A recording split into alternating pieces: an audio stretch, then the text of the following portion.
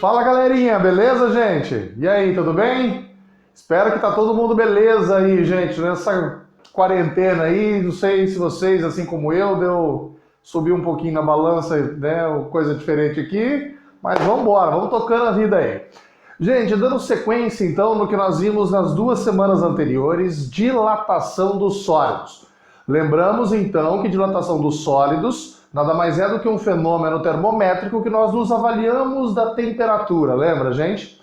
E na parte de dilatação, nós separamos os sólidos e os líquidos. Não estudaremos dilatação dos gases, porque o gás não é função direta. A dilatação de um gás não é função direta da temperatura, gente. Não precisa aquecer para que ele se expanda. O movimento natural dos gases é a expansão.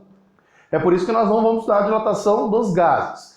Fechando a dilatação dos sólidos, gente. Lembrando então das semanas anteriores, nós vimos que todos os sólidos dilatam tridimensionalmente. Porém, tem alguns sólidos que dilatam predominantemente. Dilatam mais em uma dimensão do que nas outras duas. Já outros dilatam mais em duas do que na outra, né? E os que dilatam igualmente nas 3 dimensões, pessoal. Então, dentro da dilatação do sólido, nós separamos esses corpos de acordo com a dilatação predominante. Semana passada e semana anterior, vimos dilatação linear. Aqueles corpos que dilatam predominantemente mais em uma dimensão do que nas outras, pessoal. Hoje a gente encerra a dilatação dos sólidos, tá, pessoal? Mas já quero colocar uma coisinha na cabeça de vocês. As equações são quase idênticas, pessoal. O raciocínio é o mesmo. Nós vamos ver aquelas 3 equações de dilatação, só que agora adaptadas à superfície, aqueles corpos que dilatam predominantemente em 2 dimensões, né? Uma placa, uma chapa, um piso, e os corpos que dilatam igualmente nas 3 dimensões. As equações são as mesmas, porém levam às adaptações. E o raciocínio é o mesmo, gente. Então vamos começar aqui com dilatação superficial. Eu fiz aqui uma placa, como eu havia dito para vocês, um piso, uma chapa, com uma superfície inicial, gente, ó, o S0, superfície inicial. Ao aquecê-la, né, fiz aqui a vela, vou acender a chama aqui. Ao aquecer essa placa, a tendência natural dessa placa é dilatar, chegando até uma superfície final. Uma dilatação ocorreu ali, pessoal. 3 são as equações que nós precisamos identificar nessa dilatação. E, lógico, os gráficos dessas 3. Lembrando, são as mesmas equações, porém com as adaptações feitas. Quais são as adaptações? A primeira equação que nós havíamos visto em dilatação linear era um que dava a variação de comprimento em função da variação de temperatura. Aqui o raciocínio é análogo. Porém, a equação vai ser adaptada. Lá era ΔL igual a L inicial, o alfa, lembra pessoal? O coeficiente de dilatação linear e a variação de temperatura. Olha como que vai ficar esta equação agora. No lugar de ΔL, a gente vai colocar ΔS, porque é uma variação de superfície. Esta variação de superfície depende da superfície inicial. Da característica do material, agora não é mais alfa, pessoal. Agora é beta. E o beta nós chamamos de coeficiente de dilatação superficial. Então o beta é o coeficiente de dilatação superficial. O alfa era o coeficiente de dilatação linear. Lembra? Usamos ele em uma única dimensão. O beta agora vai ser bidimensional, pessoal. Então o beta vai ser aproximadamente, nas contas, a gente pode colocar igual. O beta é aproximadamente 2 vezes alfa, pessoal. Nas contas, a gente pode afirmar que o beta, coeficiente de dilatação superficial, é o dobro do coeficiente de dilatação linear alfa. Porém, teoricamente, eles não são iguais. É aproximadamente essa relação aí, tá? Mas antes de mais nada, lógico, terminar a equação, variação de temperatura, pessoal. Reparem que na equação que nós vimos de dilatação linear, a única diferença era, ao invés dos S, nós colocamos L. E ao invés do beta, nós colocamos alfa, pessoal. Era a única diferença que nós fazemos. Por quê? Porque agora nós estamos trabalhando com uma superfície e não com um comprimento, com o Latin do inglês, né? E não com um comprimento, e sim com uma superfície. Como que era o gráfico desta fórmula, pessoal? O gráfico dessa fórmula, por ser uma função de primeiro grau, era uma reta, assim como o L. Só que, gente, repara agora, não é ΔL, agora é ΔS por ΔT, variação de temperatura. Essa era uma reta que obrigatoriamente, pessoal, saía da origem, ou seja, o nosso coeficiente linear de reta é nulo, é zero. Marcos, além do coeficiente linear de reta, nós tínhamos o coeficiente angular de reta, que era dado pela tangente do ângulo de inclinação. A tangente do ângulo de inclinação era o produto, lá na equação anterior. L0 alfa. Agora vai ser quem, pessoal? O S0 beta. Então essa expressão fica y, por isso que ΔS está no eixo y, gente. O Azinho, que é o nosso coeficiente angular de reta, x mais b. Lembra, pessoal? Não tem mais nada na equação da física, então por isso que tem que sair do zero. E o coeficiente angular de reta é o produto agora, S0, superfície inicial, vezes beta, que é o nosso coeficiente de dilatação superficial. Vamos colocar aqui o beta, então. Coeficiente de dilatação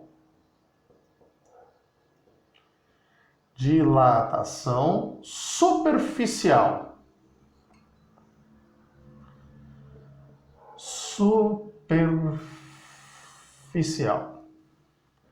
O dado do beta, gente. Então, como eu havia dito para vocês, o beta é obtido através dessa equação aqui, gente. O beta nada mais é do que ΔS, S0, superfície inicial, variação de temperatura. E a unidade de medida do beta, gente? A mesma do alfa. Graus Celsius a -1 ou Kelvin a -1.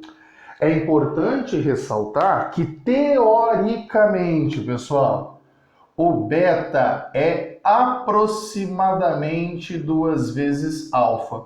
Gente, numa pergunta teórica, você pode afirmar que beta é igual a 2 vezes alfa? Não pode. Em uma pergunta teórica, isso não pode, isso não é verdadeiro. Isso é aproximado. As contas você pode sim, e muitos exercícios fazem isso. Te dá o coeficiente de dilatação linear de uma placa, de uma chapa, daqueles materiais que nós compramos em metros quadrados. Então, nas contas, você pode dobrar o alfa e jogar o beta e ficar feliz nas contas aqui. Mas, teoricamente, eles são aproximados, tá, gente? Outra equação que nós vimos também no gráfico lá em dilatação linear vai ser idêntica aqui, pessoal. A outra equação é uma equação que dava comprimento final. Agora, lógico, superfície final.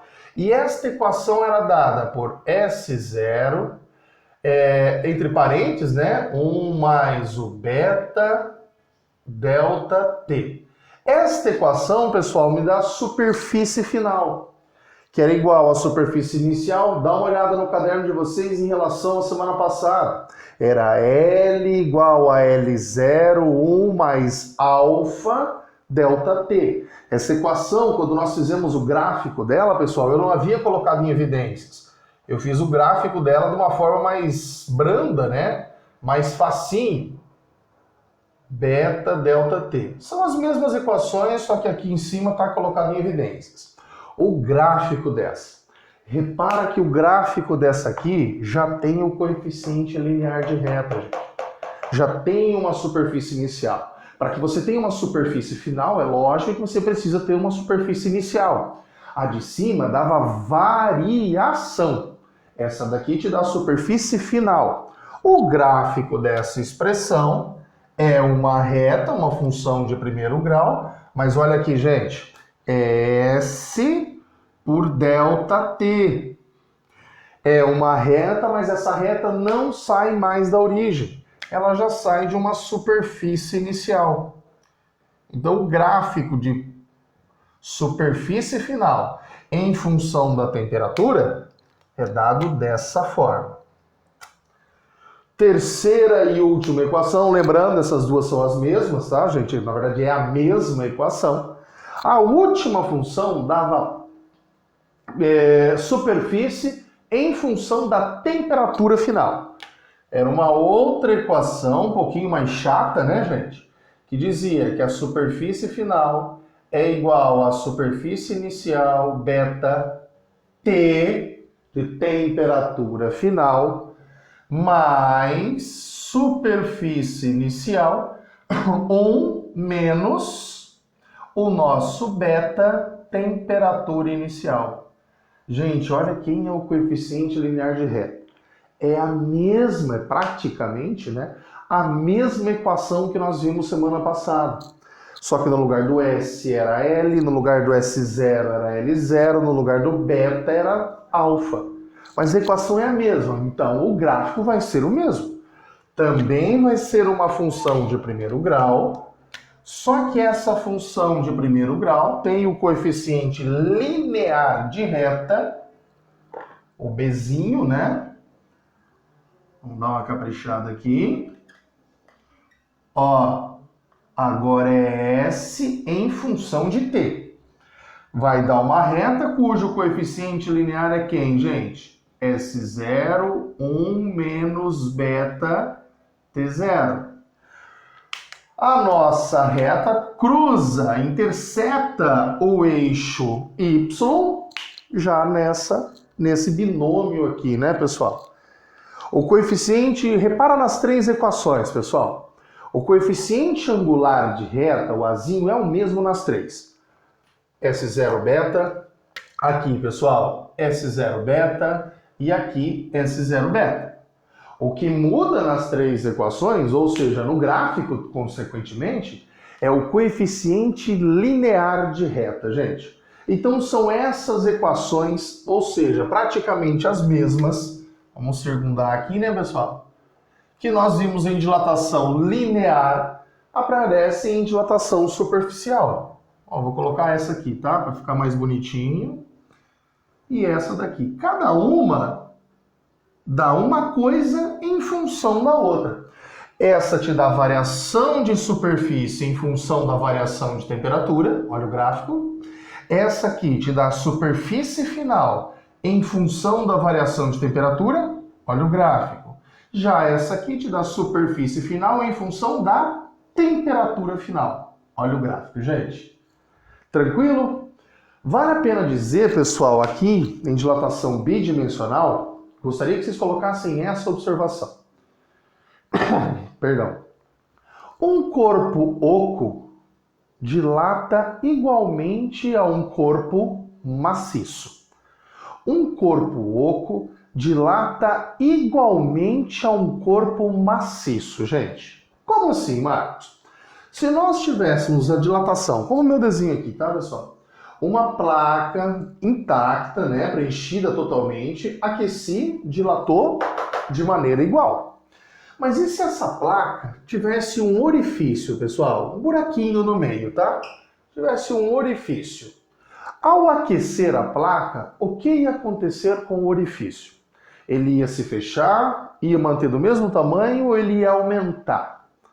Como eu disse para vocês, um corpo oco dilata da mesma maneira que um corpo maciço. Então esse buraquinho, esse orifício, também ia dilatar na mesma proporção da placa sendo maciça, gente. Muita atenção a esse detalhe, tá? Um corpo oco dilata da mesma maneira que um corpo maciço. E para fechar, né, pessoal, dilatação dos sólidos, mesmas equações. Só que agora nós trocamos o L e o S por V de volume, pessoal. Então eu vou colocar aqui, ó, antes de escrever lá, gente, são as mesmas equações com o mesmo objetivo, colocá-lo no gráfico. Só que, lógico, aqui corpos dilatam igualmente nas três dimensões. uma sala, pessoal, esse quarto que eu estou aqui, um edifício, tá? Então a galera da engenharia vai estudar muito isso. Essas colunas têm que dilatar de maneira igual da casa, né? Porque se uma dilatar mais que a outra, pessoal, vai aparecer rachadura no imóvel. Então aqui são corpos que dilatam tridimensionalmente, um paralelepípedo, um cubo, uma casa, um edifício, tá? E como vai ficar as fórmulas? Ao invés de L ou S, nós vamos colocar V. Ao invés de L0, S0, a gente vai colocar V0. Ao invés de alfa ou beta, nós vamos adotar outra letra grega, pessoal, o gama. E lógico, em função da variação de temperatura. Então é o mesmo objetivo. Eu tenho um cubo tridimensional. Ao aquecer esse cubo, pessoal, esse cubo dilata igualmente nas 3 dimensões. Lógico, saiu de um volume inicial V0, chegando ao volume final V. Então ele dilatou aí igualmente nas 3 dimensões. Podemos escrever as mesmas equações. Isso que eu tenho que colocar na cabeça de vocês, pessoal. As equações e os gráficos são idênticos. O que muda são as letras que nós vamos utilizar para as equações, com o objetivo de saber, para distinguir se você está estudando um corpo que dilata linearmente, superficialmente ou volumetricamente. Olha para aquela fórmula e acompanha comigo aqui, gente. No lugar de delta S ou L, vai ficar delta V, de volume. Variação de volume. Ao invés de L0 ou S0, V0. Aqui muda. Ao invés de alfa ou beta, a gente considera outra letra grega, o gama. Esse gama é o coeficiente de dilatação volumétrico. Se beta é aproximadamente 2 vezes alfa, porque beta é 2, né, superfície, 2 vezes o comprimento, o volume vale aproximadamente 3 alfa, gente. Cuidado, o gama agora, dilatação volumétrica, é 3 vezes, aproximadamente, 3 vezes alfa. E variação de temperatura. Mesmas equações praticamente, pessoal. O que nós estamos mudando são as letras, mas o objetivo é o mesmo. Marcos, quer dizer que o gráfico disso aqui vai ser idêntico a esse, porém no lugar de delta S a gente vai trocar por delta V. Então eu venho aqui com o gráfico, mesmo raciocínio, delta T por delta V, porque essa função é uma de primeiro grau, variação de volume em função da variação de temperatura. Cadê o Bzinho, gente? O coeficiente linear de reta? Não tem. Então isso aqui tem que sair da onde? Da origem. Fiz em azul, vou fazer em azul aqui também. E o que é a tangente do ângulo de inclinação? O nosso coeficiente angular de reta vai ser, gente. Não era S0 beta aqui? Lá na dilatação linear, não era L0 alfa? Olha quem que é o coeficiente angular agora. Essa equação, o coeficiente angular é o produto entre o volume inicial e o coeficiente angular de reta. X mais o Bzinho nosso, que vale 0. Sacaram a ideia, pessoal? Raciocínio mesmo? Agora vamos falar do gama, mesma coisa que eu falei do beta. O coeficiente agora de dilatação volumétrica. Dilatação volumétrica.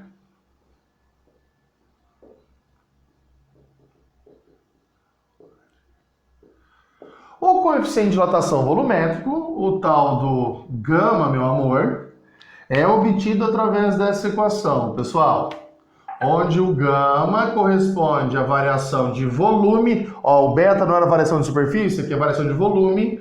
Aqui não era superfície inicial, aqui é volume inicial, variação de temperatura. Unidade de medida, a mesma, graus Celsius a -1 ou Kelvin a -1. Mesma observação, gente.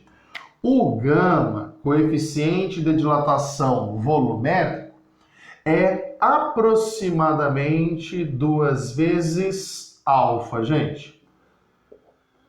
Como eu havia dito para vocês, numa pergunta teórica, você pode afirmar que gama, coeficiente de dilatação volumétrico, é igual a 2 vezes alfa? Não pode.